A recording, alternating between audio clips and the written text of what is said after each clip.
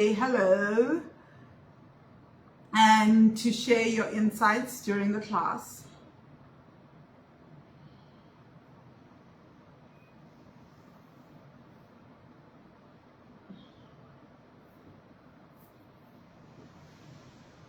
Hi Zuluste.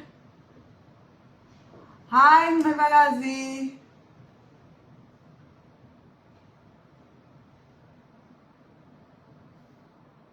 Hi Kulufelo.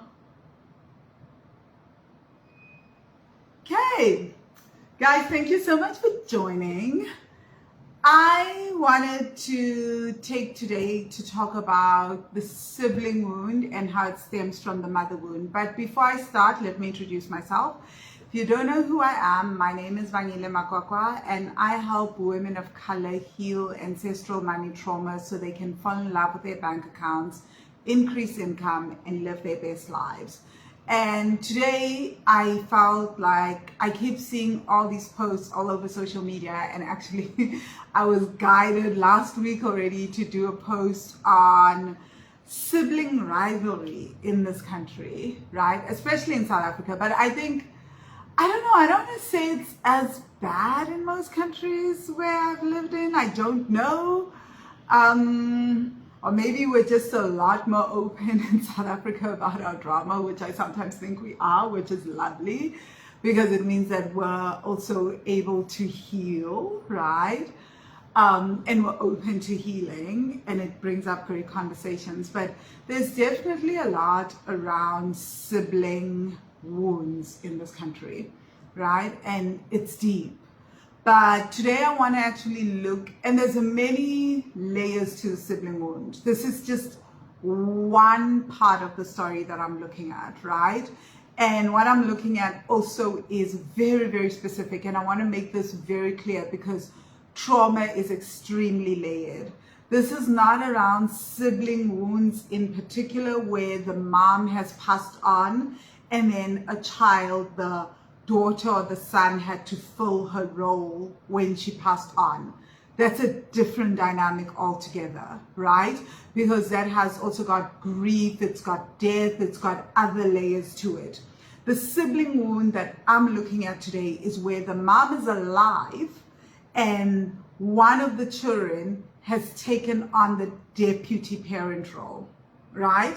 And so I want to talk about that because that has its own specification. So we're talking about a parent that is alive and either the mom and dad. So I don't want to just say the mom, right? But in particular, I'm looking at this from where most times it's single mothers and a child is then stepping in to either completely take over the mother role or to be a deputy parent, right? So, hi, hi Kulufelo, hi Tateko, hi Matsiriso, and Bongi, you say you're watching me for the first time from Cape Town. Hey, I'm also in Cape Town, Bongi, at least for now, right?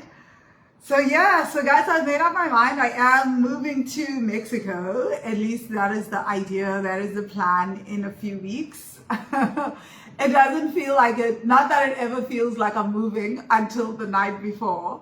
But right now it definitely feels like so far out. Like I feel like this is how it always is for me. I'm always like, I'm leaving soon. And then a few minutes before, like, yeah, it just gets crazy. So, yeah, that is the plan anyway. So at some point in March, hopefully before the end of March, I'll find myself in Oaxaca doing what I plan to do. So, hi, Meloheng and Matefo, how are you? You're saying watching from the Free Strait. Ah, nice, love it. Okay, so let me start. Okay, so I've specified what part of the sibling wound and I'm looking at, and this is very, very important because the trauma is so layered. So sometimes it just helps to say, this is the part of the trauma that I am looking at, right? So what I found, so let me start by sharing my own personal story, not me, but particularly what I saw with my mom and her siblings, and then I will segue into other story, into what this looks like for most of us, right? Because I find that I'm able to work best when I bring my own personal experience in, and then I'm able to just share from that and then analyze the various aspects of things that I want to analyze. So my mom has had 4 siblings, right? 2 of which, she had 6 siblings, but 2 passed on, so I never knew them when she was young. And my grandmother was, when her husband passed on, my grandfather, she became a single parent, right? My mom was the second born out of the living children, right?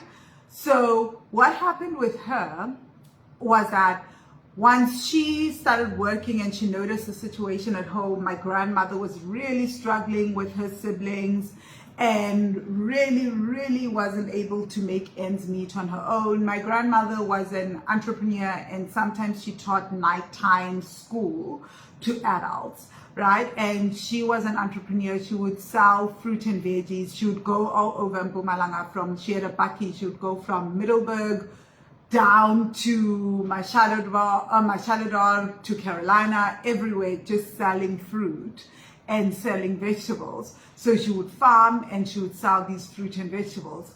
So my mom at 16, she saw all this that was going on, and she was like, this is really difficult for my mother, right? And then she decided to then take over and help my mother. But then she didn't just take, she decided to take over and help my grandmother. Sorry, I used to call my grandmother Mama. So in my head, like, she's always been like my mom, so it's a bit challenging. So you just have to forgive me. So she then took over once my grandfather passed on, and she started taking over looking after her siblings. But then it didn't stop there. She started looking after her siblings' children as well, so my cousins. So situations as they happened between her and my grandmother, they started looking after everyone, right? Including her eldest sister and her eldest sister's child. So by the time we came along, my mother had already had 3 kids that she was looking after, buying clothes for, paying things for, everything. And she also then decided to build the house that she lives in now, where she bought a stand and she built a house. And part of that was that she ended up building this house for her mother, and the idea was that she would also build it for her siblings and their children, right? And as time went on, she then had kids. She then decided she wanted to have kids. She had kids very late. In fact, I have a whole story that I share in the Money Magic student group, how when my mom was pregnant with me, the doctors never believed that she was pregnant, so she never got any leave, because also there was just a lot of other stuff. I won't go into my birth story, but it's kind of funny and kind of interesting, right? And it kind of explains my personality in a kind of crazy way. But anyway, she was very late in having children. She was in her late 30s. She was already past 35. So the belief was that she just can't have kids. So she was looking after her siblings' children, and she basically took them on as her children. These were my cousins, right? So as things happened, my mother falls pregnant with me, and later with my sister. And it brings up a lot of friction in the family, right? The family actually started to fall apart at this point, because now my mother wants her siblings to take over responsibility for their children, right? Because she's like, I've now got 2 children. I cannot support everyone and their kids anymore. It's now a different era. I now have to take care of my kids, and this is no longer working for me. Well, because she's already taught people this, and this is already something that has been happening for well over a decade, it causes so much friction in the family, right?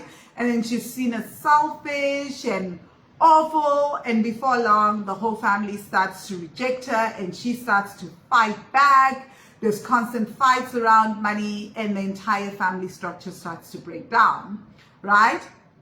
And part of that is because looking back now, at the time, it seems like, oh my gosh, how could people not understand that she had her own children? That was so messy and so awful, and everybody's awful, right? So it just feels like that. And people have often asked, but why wouldn't your grandmother step in? And people always think that my grandmother often asks me about, when they hear about my mother and I's relationship and how contentious it's been over the years, most people always ask me, but what was her relationship with her mother like? Well, at first it started off good, but by the time we were in my teens, especially for me, in our teens, my mom was not speaking to her own mother. They had a complete breakdown in relationship. She wasn't speaking with her siblings. She wasn't speaking to my cousins. She basically broke with her entire maternal family, right? And my grandmother actually was one of the sweetest women that I knew, right? She was super kind, and my relationship with her was incredible. That's why I called her mama, and she was like, for me, like the original mother, right? So she was incredible as a human being. But so how does it go that this incredible woman ends up with this one daughter who has such a contentious relationship? And why was my mother even justified in that relationship? How did she end up feeling like that? And this, I think, is a great question, because this is what we often see in our families when you see the breadwinners, right? The siblings that then ended up mothering their siblings, that there's some kind of breakdown within the family structure. There's friction, there's tension. People may end up hating them. People may end up being angry with them. They may even not have the best of relationships with their mothers at times, or they have overly codependent relationships with their mothers. It's very, very traumatic to observe, right? So what happens in that case? Okay, so Misa is saying hello, also watching for the first time in Krakow, Poland. Hey, Misa. Oh my goodness, Mexico. All the very best. Hey, if it's okay, I'd love to chat to you privately about your move. Awesome. Let me know if you know anything about Mexico that can help me. Feel free. Like so many people have been sending information. I'm open. Like I'm open to hearing more. I'm always open to connecting with humans and other people on my travels. Okay, so what often happens that we're not aware of is this thing starts from a very young age, right? And sometimes it happens when someone is older. So what happens is the little child is watching their mother struggle with the parenting role, right? So you're watching your parents struggle with the parenting role. And as any child, you're filled with love and you go, oh my gosh, I don't want my mother to go through this. I don't want my father to go through this, because it's also both parents, right? But for now, I just allow me to talk about the mom relationship, right? But also notice that it's the same if it's like the father, right? So you think, I don't want my parent to be the one struggling like this. And so as any child does, you start taking on, you basically emotionally share the load with your parents, right?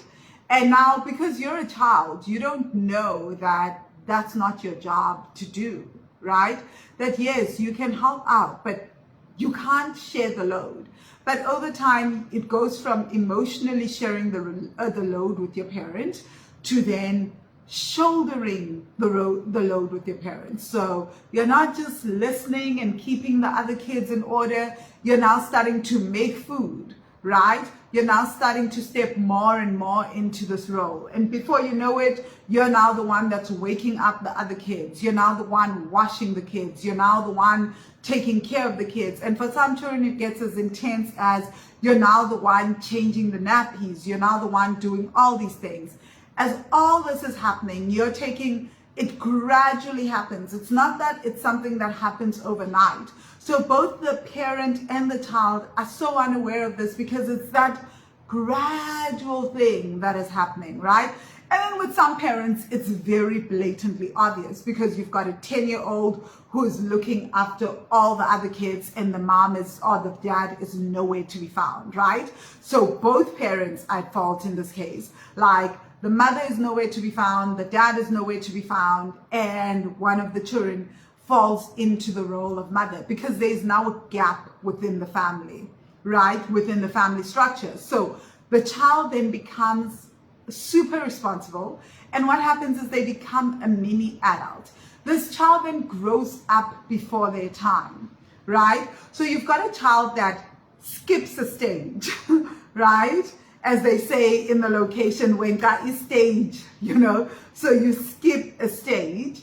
You basically skip the childhood development stage, the teen stage. You go straight into parental stage, right? And what often happens, especially with single mothers, especially the responsible mothers, is they go, okay, you'll now be deputy parents. Some parents completely abdicate that role altogether. And as this child grows, by the time they start earning money, they now shoulder the role, they now take on the role even financially. And you'll even see it that there'll be teens who are then earning money and then bringing the money home. So you'll have a son or a daughter who's then earning money and then bringing the money home and then helping with the groceries. Nothing wrong with that, right? Because it's like sometimes you can't make ends meet. But as all this is happening, this child is filling adult shoes, right? And not only that, they start making decisions not based on what they want, but this child starts looking, even at the age of 18, around the house to say, what career do I need to take on that will make sure that I earn enough money to support everyone else in the house? Do you understand that that is no longer an 18-year-old? This is now an adult. This is now a child who is thinking like a mother. And do you know what is happening in terms of just like the family roles energetically?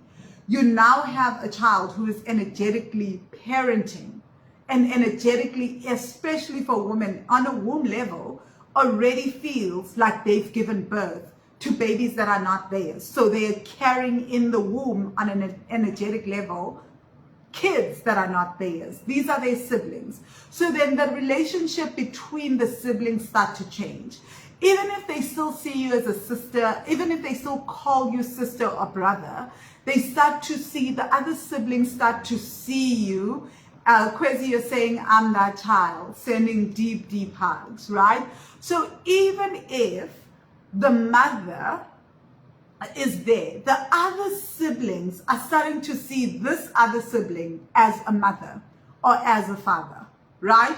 So you'll find that when there's problems in the house, the children stop going directly to the mother. They start coming to the eldest sibling. And as soon as the eldest sibling starts working, they come to the eldest sibling and tell them, sorry, we don't have food in the house. Sorry, we don't have this. Sorry, we need someone to sign forms for us at school. We need this, we need this. So you're automatically falling into the parental role.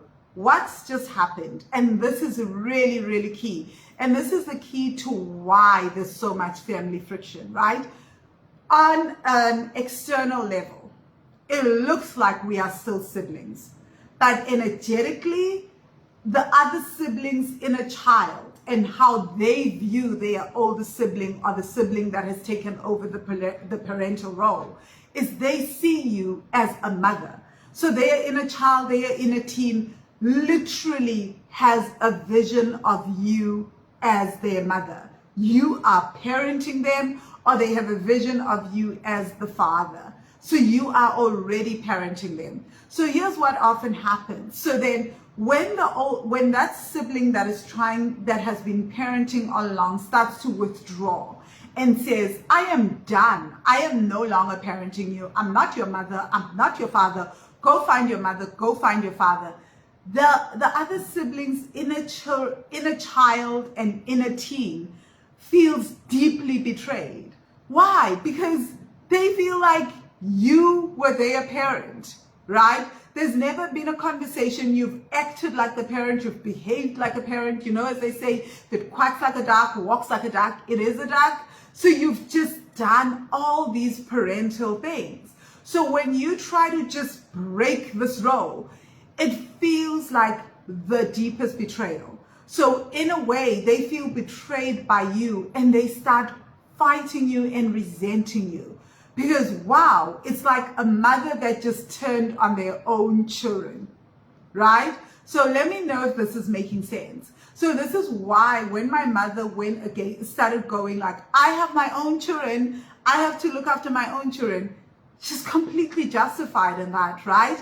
But this is also why her siblings are like, oh, hell no, how could you? And start screaming and start acting entitled and start behaving in some type of way. And we'll be like, wow, people feel so entitled. Yes, because that's how children feel towards their parents sometimes. They feel completely entitled towards their parents' time, money, energy, etc. And the siblings are not seeing you as their sibling, they're seeing you as their parent, so they are behaving in much the same way, right? And so for most of us, we even take it a step, like in most families, not most of us, but in most families, it then goes a step further because there were no boundaries in place, right? There were no conversations, there was just nothing happening. And the parents just allowed this to happen, right? So when this happens, and then as would often happen within our cultures, right? Especially in African cultures where you take the child to the grandparents. Most of the time, the older sibling then steps into that grandparent role as well and starts to parent their siblings' kids. So it causes even further confusion, right? So now those kids also start to see you not as an aunt, but also in a grandparent type of role. So their inner children and their inner child, or their inner child and their inner teen become so confused, you know, because they're just like, but this is deeper than just auntie. This is like grandmother, mother type of role, right? And so this is part of where the breakdown happens and where the deep resentment happens. So the resentment isn't so much resentment because they resent you for pulling the financial support. Yes, they resent that too. But they also resent that, like, it feels like you're cutting off. Like when a child is cut off from the breast and breastfeeding and cut off from mommy. It's a deeper thing that's happening. It's like their inner child is feeling hurt because now they feel like they've almost lost a parent. So this could happen this has got nothing to do with age, right? Because my mom's siblings were rebelling and they were in their 30s, they were in their 40s, and they were like, and they've said things like, you don't look after us anymore, all these things. And it's coming from deep, deep inner child wounding, deep inner teen wounding, right? So how this plays out financially for everyone in the family, right, is one, oh, I forgot to mention the other thing. So let's talk about, we've talked about what happens with the people, with the siblings when they get cut off, right? But let's talk about what's happening with the breadwinner in this case when they are taking on that role. So from a young age, you've completely skipped. If you are the breadwinner, right, and you are the sibling that is parenting everyone, you've now skipped a stage. You didn't go through the full stage of being a child, right? You didn't go through the full stage of being a teenager. You went straight from childhood to adulthood. You became a mini adult. You got your ish together. You started learning how to cook. You started learning how to do laundry. You started learning how to make food, how to iron clothes, how to do things. You became super responsible. So that's one thing. So there's an inner child that has been completely suppressed. So your inner child is probably holding on to a lot of resentment, right? And a lot of sadness, a lot of pain, because you didn't get to be a child. So they don't know how to play. So often a lot of these adults may feel like when you talk about having fun and playing, they may look at you like you've grown two heads. To them, the idea of fun and playing is so foreign. They don't know how to do that. So let us not even add having fun with money, right? Because just ordinary fun, playing, jumping around, it feels weird. It feels foreign in the body, right? Because this is something that they never got to do. So then they overly hard on themselves because they've had to be. They've parented themselves. So another thing of not having been a child, right, is that you didn't get to be parented. Everything about you has been, you have parented yourself. So most times people will talk about you being the perfect child. You were often the example that was held up in the neighborhood for all children to look like. You know, you were clean. You knew how to keep yourself together. You kept everybody in line. You just knew things, right? But then the problem is that you don't allow yourself to experiment, right? And when it comes to money, this is a big, big thing. A huge part of growing financially and expanding financially is that we're able to take some type of risk, you know? We're able to either take risk in business, we're able to risk money in investments, but having been responsible and your inner child is a mini adult, right?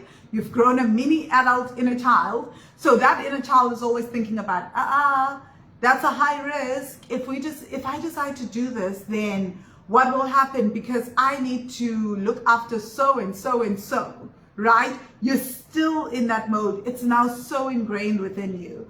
But the truth is that also all business and investment have some sort of risk. So if you want to grow your money, you have to be able to manage, you have to be able to sit with risk and be willing to take on risk. Other thing is that they tend to be over indebted, right? So, and they don't show it because everything needs to be perfect. They need to look like they have it together. And here's the thing, they need to look like they have it together because they knew from a young age, if they fell apart, it meant that mom or dad would have added stress. So they couldn't be the added stress on top of the other adults. They had to be the one that kept it together so that they can help mom or help dad around the house and make everything neat. So they often have this deep loneliness. So even when things are falling apart, they don't know how to ask for help. They don't know how to go and scream and say, listen, I'm falling apart, things are falling apart. Their families have often never seen them cry. They always the ones that people go to, right? So they're willing and because they've always made everything right, they're still living in that state of, I don't want to upset mom, I don't want to upset dad. So I don't want to make them feel bothered because they already have so much on their plates. So what I'm going to do is I'm just going to, if anyone needs help in the house or anyone needs help in the family, I'm going to take on the debt and I'll see to finish because they shouldn't have to worry. So then they take on more debt than they need, right? And they take on more responsibility. So debt, yes, right? But responsibility too. They have so much responsibility on their plates. They're shouldering the whole world. Like everybody comes to them. They don't have anyone to go to as a result, right? And so there's a sense of loneliness. But here's the other thing, and I think it brings up a lot of guilt for a lot of people, right? Which is that there's a sense of deep resentment, right? There's also, and it shows itself once in a while. I'll give it to the people that to a lot of these siblings that take on this role, that they tend to keep themselves together. They're very well put together, guys. They don't have their issues not all over the place. Those of us with messy things and messiness, you know, that's not us. They usually have their stuff together because they know that they've got people relying on them, right? So with them, a lot of times though, is that there's a deep sense of they don't know how to be vulnerable, right? So that's a big thing. And asking for support seems foreign. So by the time, if they're asking for support, it means things are really, really bad. So if you've got a sibling like this and they come to you and they ask for help, really pay attention, because it means that they have reached the end of their theater and they really need the help. So don't just shut them down, right? Because they are the ones that are always carrying a lot of people, right? And so it causes a lot of a strain on them. What else? Okay, they really don't know how to spend money on themselves. They don't know how to have fun with money. And also savings. The crazy thing is, even though they're in debt, they often always have an emergency stash, right? And they often have savings. And there's a simple reason for this, right? Again, because they are the ones that they know that they are the ones that everybody goes to. So even if they're in debt, they have something saved. And they're often the ones that will have the funeral policies, right? That will have funeral policies for everyone, that have all like life insurance. They have those things on, just like they have everything sorted, right? Again, because they are responsible. They know that you can't just go through life without an emergency saving. Again, they're still thinking about mom or dad, that if I don't have it sorted, what's going to happen with all these other siblings? Because they're going to need something when a rainy day comes through, right?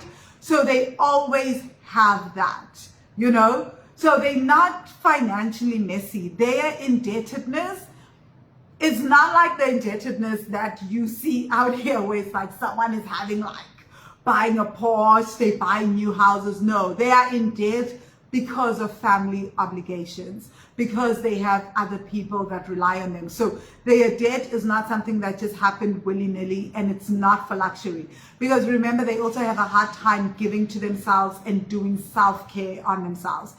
Here's where the crazy thing then happens. So most of them that don't divorce, that have a hard time putting up boundaries with their families, their kids may feel resentment towards them as well, because they feel like they come last after their siblings, right? After their parents' siblings, right? Because remember, in essence, on an energetic level and in a heart level, the siblings that their parents have, or that this parent has, is actually their first set of siblings, is actually their first set of kids in a way, right? So when they have their own kids, their kids always feel like, oh, I'm having to share my mom, I'm having to share my dad, I'm having to share resources, and it feels so unfair. So they're always trying to figure out a way of how to balance that.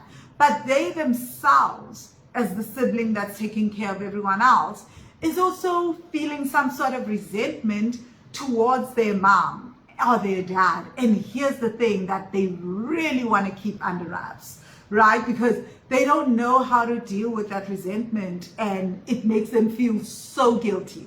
You know, they die from guilt from this, right? Because it's like, no, because I really love my mom, I really love my dad, and I feel like taking on this responsibility is helping shoulder the load. I'm helping them. But then every once in a while, that resentment will break through, and they'll feel angry, they'll feel resentful, they'll feel frustrated with their siblings, with their mother, but then they'll quickly put a lid on it, right? They'll do some kind of deep control thing, because remember, they are fully in control. They're working with a lot of like immense willpower here, immense energy. They have so much willpower, so much energy, more than you and I will ever have, right? So you also don't want to mess with them in the family, because if they decide to pull back, families can really fall apart, right? So they have a lot of willpower, so they work with that, but over time it starts to impact their mental health. And eventually it can start to impact their physical health as well. And sometimes they won't understand what the heck is going on. And the day that the willpower stops working, because willpower is finite and they've been using it for years, that's when everything starts to fall apart. That's when you'll see some of them go ham on their family, go crazy. And it will look like, oh my gosh, who are these people? Because they're the ones that have always held it together. That's when self-control starts to fall apart and starts to fail, right? And you don't want that to happen. You don't want to see that. Trust me, I have seen it. It is not a pretty sight, right? Because they have the power to completely destroy families when that happens. So, Mleuheng, you're saying this is so me. I feel so naked right now. You have put forward my life for everyone to know, lump in my throat moment. Sending you deep hugs. Just as you're listening to this and you're feeling triggered, guys, I just want you to hold yourself and just breathe deeply. And then just maybe rub your arms. You can also just rub the sides of your neck if this is triggering, right? And just breathe. I want you to focus on just inhaling, exhaling. So just take nice deep breaths. Just keep holding yourself. And if you want, you can repeat, I am safe, right? And Nebagazi, you're saying this resonates with me. Yeah. So that just explains what's happening with breadwinners and the sibling that was in the parent role. So what's happening financially with those that are not the siblings that were being supported? And we're going to unpack the mother wound because I don't even know where to start with that one. But I just wanted to explain what's happening with the kids before we go into the mother wound and how this then births the sibling wound, right? So let's talk about what's happening in the finances with the siblings that are being looked after. Okay, so this is intense. So sometimes things turn out okay. I want to acknowledge that, right? That sometimes the siblings turn out 100% okay, and that is awesome. But we know from being in South Africa that this is not often the case. More often than not, there are deep sibling wounds and there are deep money wounds that accompany this.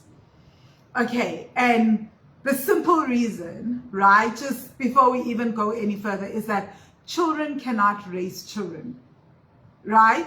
So if you as the older child or the child that stepped into the mother role, because sometimes the middle child steps into this, and sometimes, like my mother was the middle child, right? She was the second born, and sometimes the youngest child steps into this.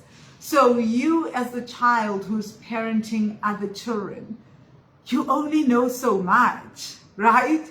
Your life experience is so limited. So you're like, what, 15, raising 10-year-olds, raising 8-year-olds, giving advice to them. It's tricky, right?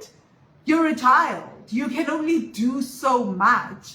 So obviously the way that they turn out in the end is going to be impacted by that there were absent parents and that there was a child raising other children. So naturally, it was the blind leading the blind. And what does a 15-year-old know about investing and saving and debt and imparting financial knowledge? Most times, what does a 20-year-old or even a 25-year-old know, right? So it's very, very rare where there's a lot of systems in place and the children all turn out great. And so that is the first thing, right? So you can, if you're holding deep resentment towards your siblings, you can start to find a little bit of self-compassion as to why maybe things are playing out the way they are financially. It's that it was children raising children, right? And everyone is you don't have enough knowledge. You don't have enough parenting knowledge. You just don't have the knowledge. So often what happens is there does tend to be a codependency, right? And the codependency, especially around money or just around like emotionally looking after each other. And part of that is because children need parents. And now these children, these siblings, have now found a parent in this other sibling. So they will keep going to the sibling financially. So there is kind of like a lot of commingling of finances. There's a lot of codependence, and it's hard to set boundaries because imagine how hard it is for a parent to set a boundary. If you're a parent now and you've given birth, I imagine, because I see it even with my parents, right? How hard it is to set a boundary with any of your children and just let them flounder and struggle and go through their own things without having to step in, right? It takes a lot of like trusting that this soul will be okay and that this is part of their learning journey, that this is part of how they build resilience and how they learn, right? But as a child, watching another child and you have deep empathy for the child and you see that child as not just your sibling, but also as your child, it's messy. So you can see how that codependence can start to arise, right? And why it's so hard then to just have your siblings, why it can be so hard for these siblings to then go away and fly on their own. And part of that is when we do succeed. So this brings me to vows of loyalty, right? So a huge part of it is also that our siblings then also have vows of loyalty to us, right? So I'm saying us, although I don't have this relationship with my siblings, right? But the siblings would have vows of loyalty to each other, whether or not they're parenting each other, period, right? But siblings, now if you have, most of the time as kids, we tend to have vows of loyalty towards our parents. We love our parents unconditionally, no matter how abusive a parent is.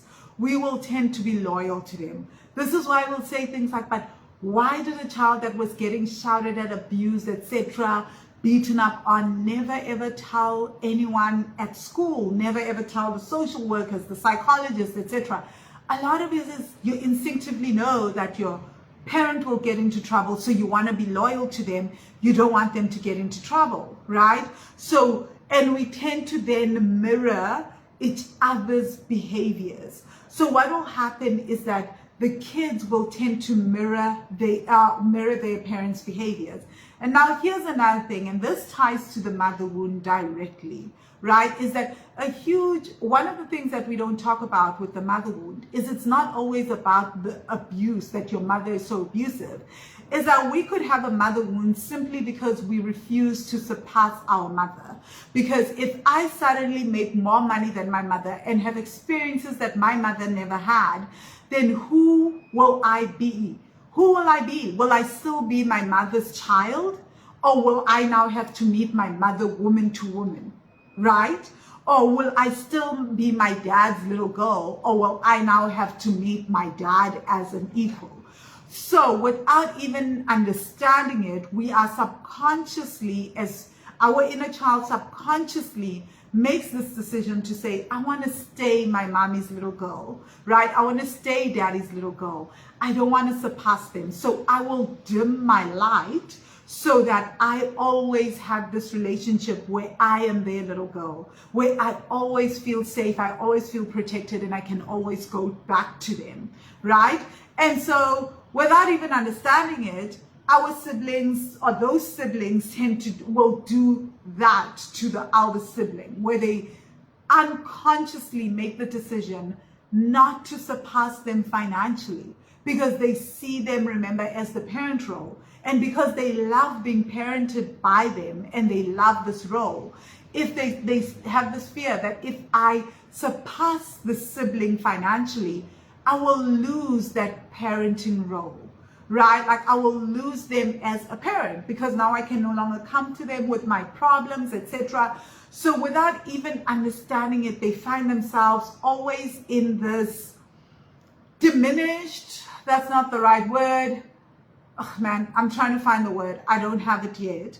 But they'll keep themselves, yes, this is the right phrase. They'll keep themselves playing small so that the sibling who is in the parent role can continue to parent them even as they are adults and have kids and have everything, so that they always feel like they have that motherly love or that fatherly love, because they've never had it ever before, right? And this is the only place that they get it from, right?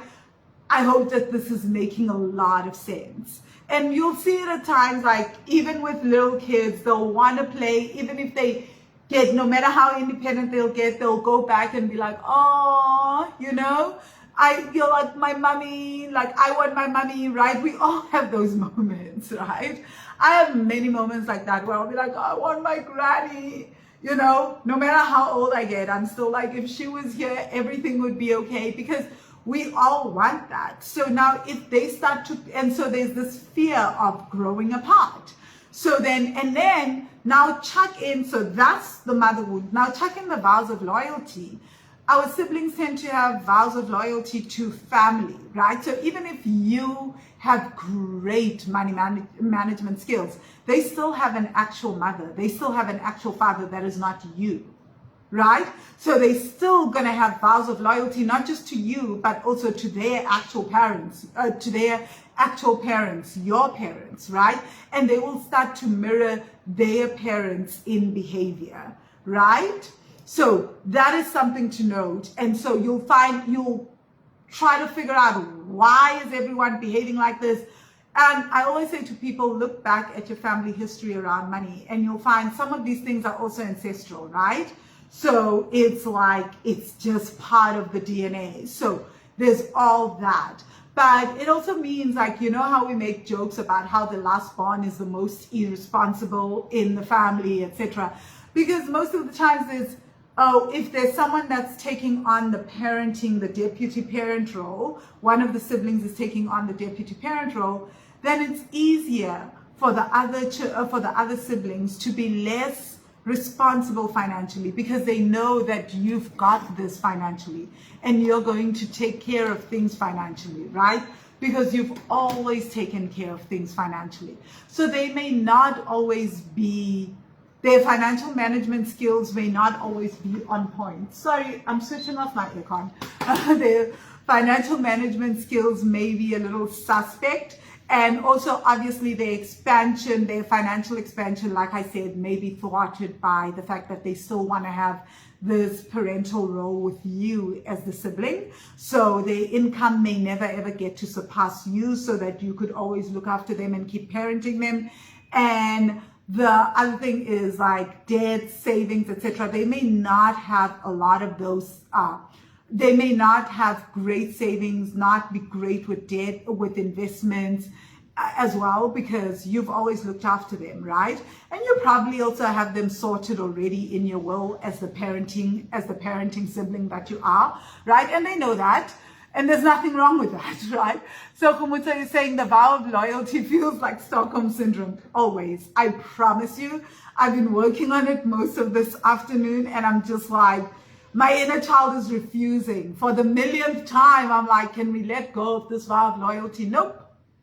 Nope. So I'm having to, like, do all sorts of things and, like, all the meditations. So guys, there's, I think there's 2 different vows of loyalty meditations in the Money Magic course.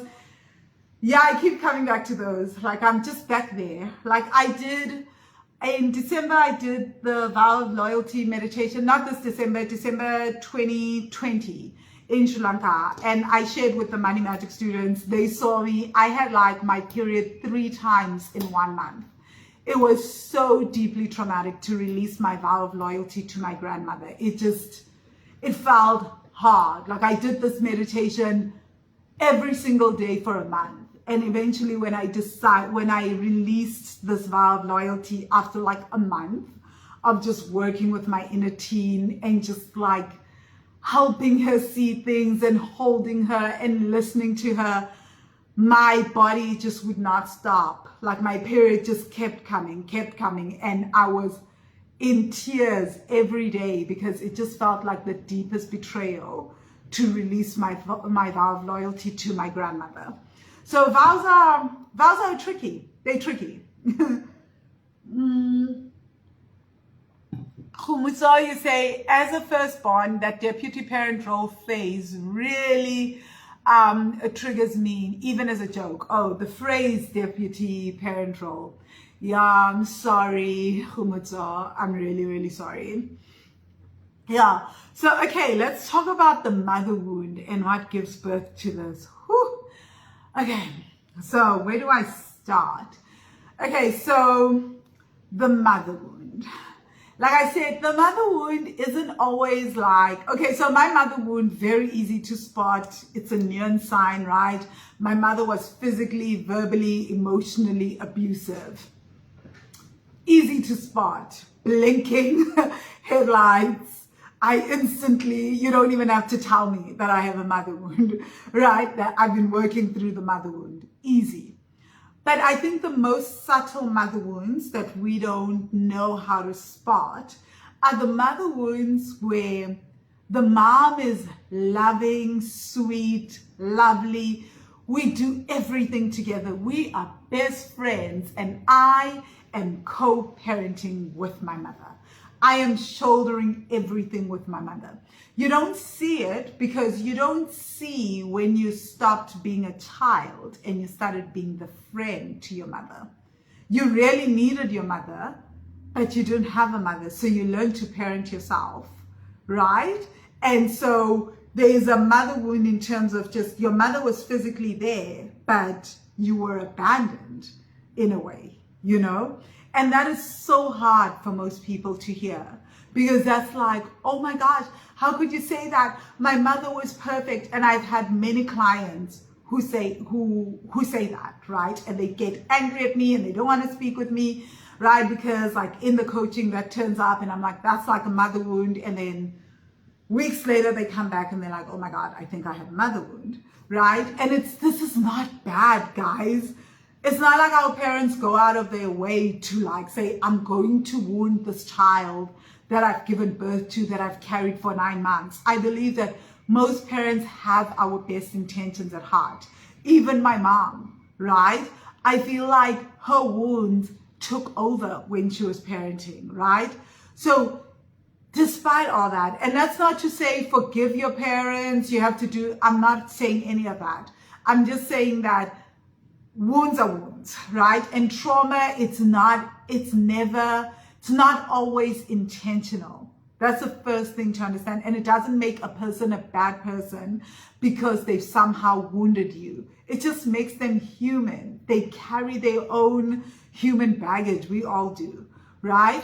So within this case, what's happening with the mother wound is that, and this is something that we don't talk about, right? So it happens in many different ways in South Africa, right?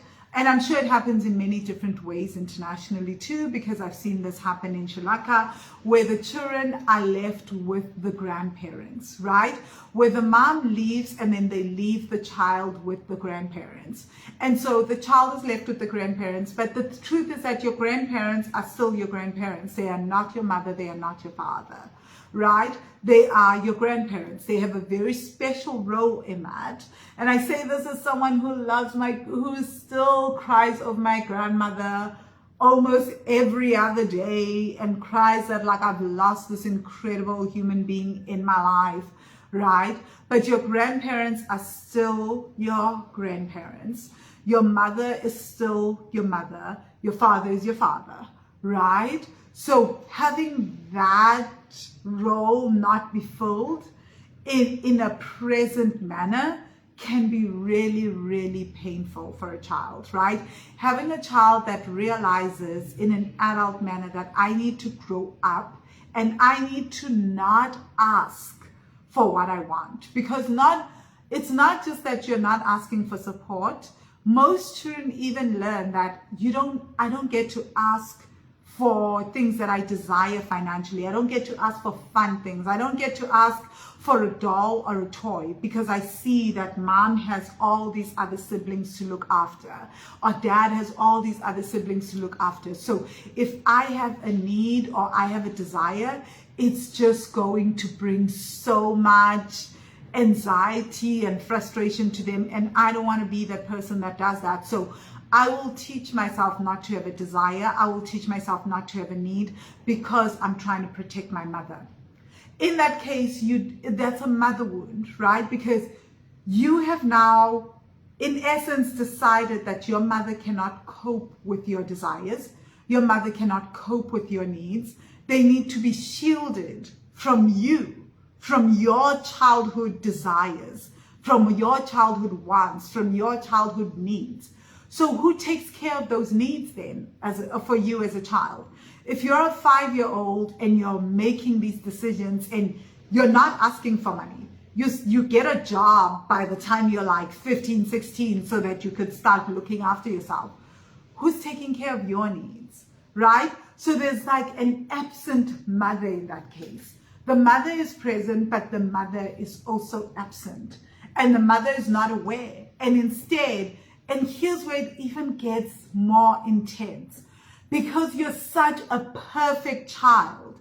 You are the model child because you don't have any needs. You don't have any desires.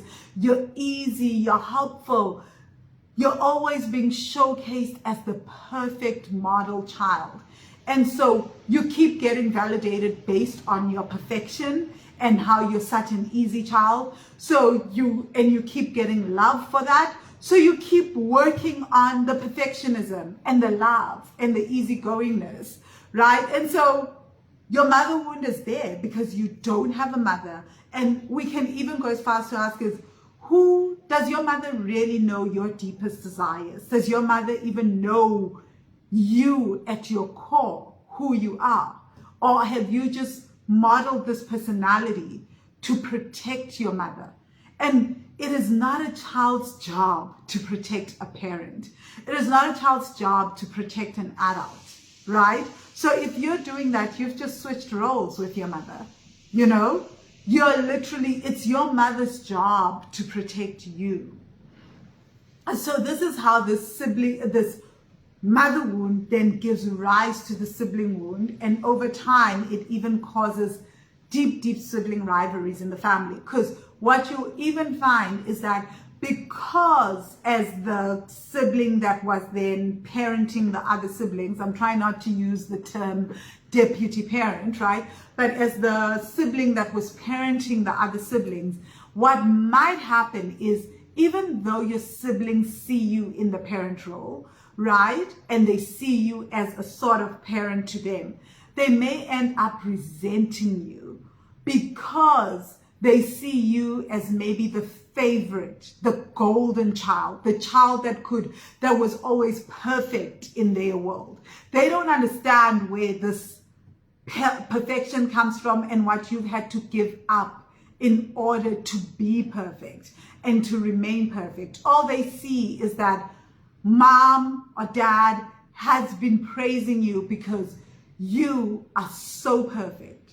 You don't have any flaws. You never make mistakes. You went to school, you followed the path, you got a job, you went to university, you got a degree, you looked after them, you built your mom a house, you helped all the other siblings. That's all they see. So over time, it starts to cause these insecurities, right? And parents are often like, how does this happen? Why do my kids not like each other? Why do they despise each other so much, even though this one is doing everything for all of the others? Well, this is part of the thing, right? Is that they now feel like they need to do the same in order to get praise because the one that was in the parenting role was getting all this praise and the other siblings low-key hated sibling with them because who wants to sibling with a goody two-shoes? Every day you're being told how this other person is perfect, you know? And so you're not even aware. So like there's just so much pain that comes from this. And the other siblings are also aware that, oh, actually, mom or dad, you want me to be perfect, and your version of perfect is that I should not have needs, I should not have desires, and I should not have wants. So you want me to erase myself. So that's where you have them having lots of drama with the parent as well, because what the parent is seeing as perfection, the other siblings are aware that this version of perfection means erasing all needs, all desires, all pleasure, right? And what may often happen also is that the other siblings may start to rebel and go crazy. And the reason why they rebel and go crazy is that they're trying to force the mother or the father or both parents to come to the party and parent them, right? Not to leave the parenting to this one sibling and not to demand them to be something that they are not. So their inner child or their inner teen, out of desperation, starts to go crazy. Then you're like, but why do I have this one perfect child and all these other children are clubbing, they go in drinking, they're doing all sorts of things, they having issues with boys, with girls, etc. They're so young, what's going on? I've never seen this. Well, your kids are actually forcing you to parent them, right? And this is what's happening. And because because the mother is refusing to parent, this is what you get, right?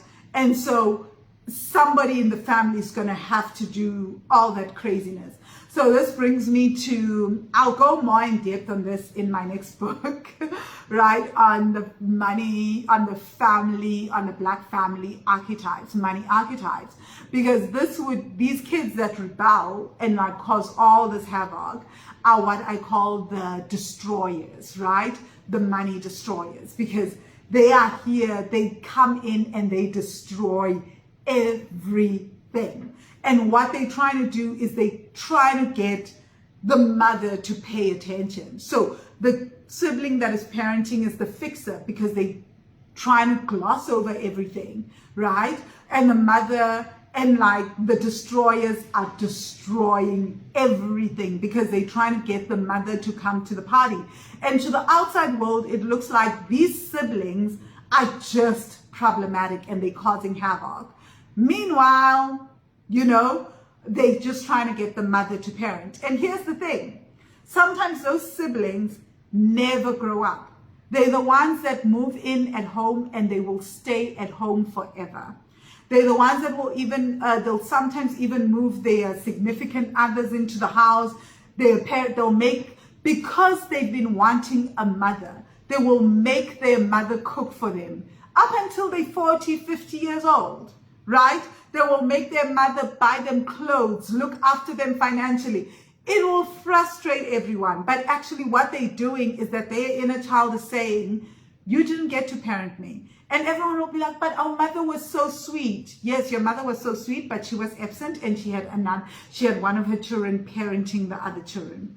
And so now as the other children grow up, they never go beyond that inner child stage where they feel like they weren't properly parented. So they force in their adulthood the parent to parent, right? So Masiabe, you're saying, oh my word, this is so me. Sybil, you're saying the penny dropped for one of the hate crime cases I'm working on where a sibling almost killed the deputy parent who is queer.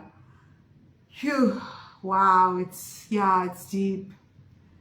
These things go deep, guys, right? So I'm sure everyone's like, how the hell do we fix this, right? So first things first, I want to say, if you find yourself and you're a parent and you find yourself doing this to one of your kids, own it. And I don't work with kids, right? So please contact Team Coach Nomveliso for anything regarding kids. I'm much more interested in you as adults and your adult self, right? So where we do the work is we need to be doing the work on ourselves. So of course, because this is so layered, the first thing to do is you work on the mother wound, right? Then we need to work on multiple vows, right? So the one vow that I've spoken about here is the vow of loyalty, but there are other vows, right? So we work on the vows of loyalty. We do a lot of work around the mother wound.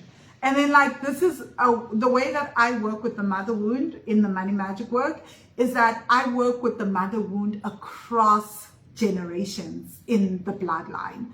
Because like I said, my mother didn't just show up how she is, right?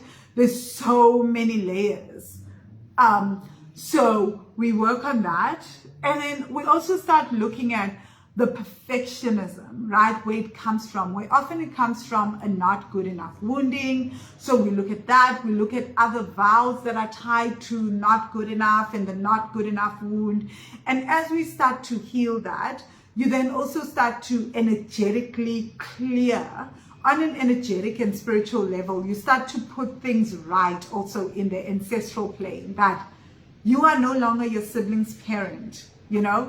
And I don't know how to quite explain how this works, but I've seen it so often in the money magic course that like, as we start to put this right and we start to heal the vows and we start to release them on a spiritual plane, on an ancestral plane, something starts to align, right?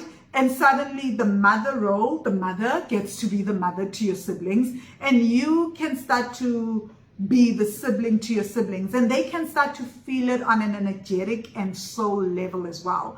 Part of that is because you've now involved the ancestors, you've now brought in people. Whereas what I found when people try to do this, like people will be like, yeah, I want to now finish, now that I've done this one meditation, I want to go. So I'm going to tell them, I'm going to share my side of the story. And I'm like, no, please don't do that. Because now you're just going to add trauma and people are going to be so shocked. Where's this coming from? They don't know. They don't understand. There's no context. But as you do the work, right? Because a lot of the stuff has also happened on a soul level, on a spiritual level. We need to put that right in the spiritual plane, right? And so by the time it comes down to the real world, things start to shift, you know, not without any kind of friction, but it's not like, oh my gosh, I'm no longer speaking to my family no more, or any of that drama. Sometimes that happens, right? But the whole point is we want to cause less soul scars, for lack of a better word. I don't know if this is making sense, you know, but like a lot of these things there's been so much confusion in the spiritual plane, in the role that we have also played in the family. So now it's almost like when we talk about how we talk to the ancestors, and then we're just like, we're putting all this stuff just right. And then we're also releasing ourselves from whatever vows our spirit has made, whatever vows our souls have made, however we're holding ourselves captive, right? So that we can start to make decisions for ourselves. And a huge part of this is also lots of inner child work, right? So even in the not good enough wound, even when we're doing ancestral healing, there's a lot of inner child work that's going into this. There's a lot of inner teen work that's going into this. And a lot of that is just so that your inner child can come back and realize that they have to be a child, you know, even as an inner child. They don't have to be a mini adult, right? So I hope this makes sense, guys. And if you're like, wow, I really want to be part of this, I really need to go on my own journey and start to heal this. I want to heal for myself and probably heal for future generations, I hope. Not that you have to, but if you want to, great. And I just want to heal for how I show up in my family, in my relationships. Then I just want to invite you to say you can check out the Money Magic course, get on the waiting list at wealthy-money.com/money magic. Again, wealthy-money.com/money magic. I'll be opening up that course for registration on Tuesday, February 15th, but I will also be doing 5, if you're on the waiting list or in the training program, the 7-day training program, I'm going to do 5 days of live classes where, 6 days of live classes where I talk about where we look at ancestral money trauma and looking at how it's passed down from generation to generation. We'll do the trainings together, so you'll get to do some of the meditations. You'll get to do some of the first 5 days of meditations, and then I'll come back every evening starting from Tuesday, the 15th of February, so in about 2 days.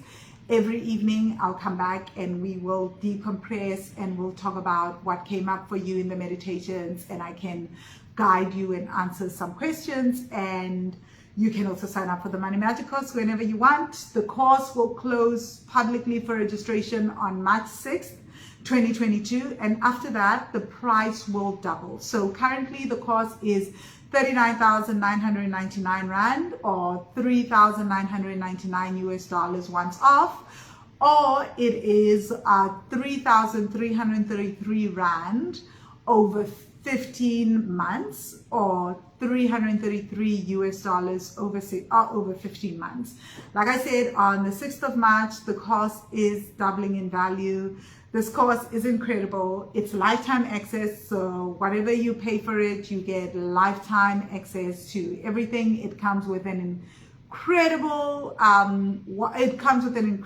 Facebook group, a support system. So I'm always in that Facebook group, always answering questions. I'm always coaching people through the comment section. And I will also have an incredible client onboarding specialist, Numisa, that also helps and holds space, but all the other students are there as well. So it's an incredible course and an incredible resource. And like I said, I myself am constantly using it on myself. That's why it's lifetime access, because the work is layered. It is deeply, deeply layered, and I have much respect for it. So thank you so much, guys. Let me know your thoughts on this. Let me know if you've had any aha moments, if things are starting to make sense for you in your family of origin, if you're starting to understand some of the dynamics that are playing out in your family.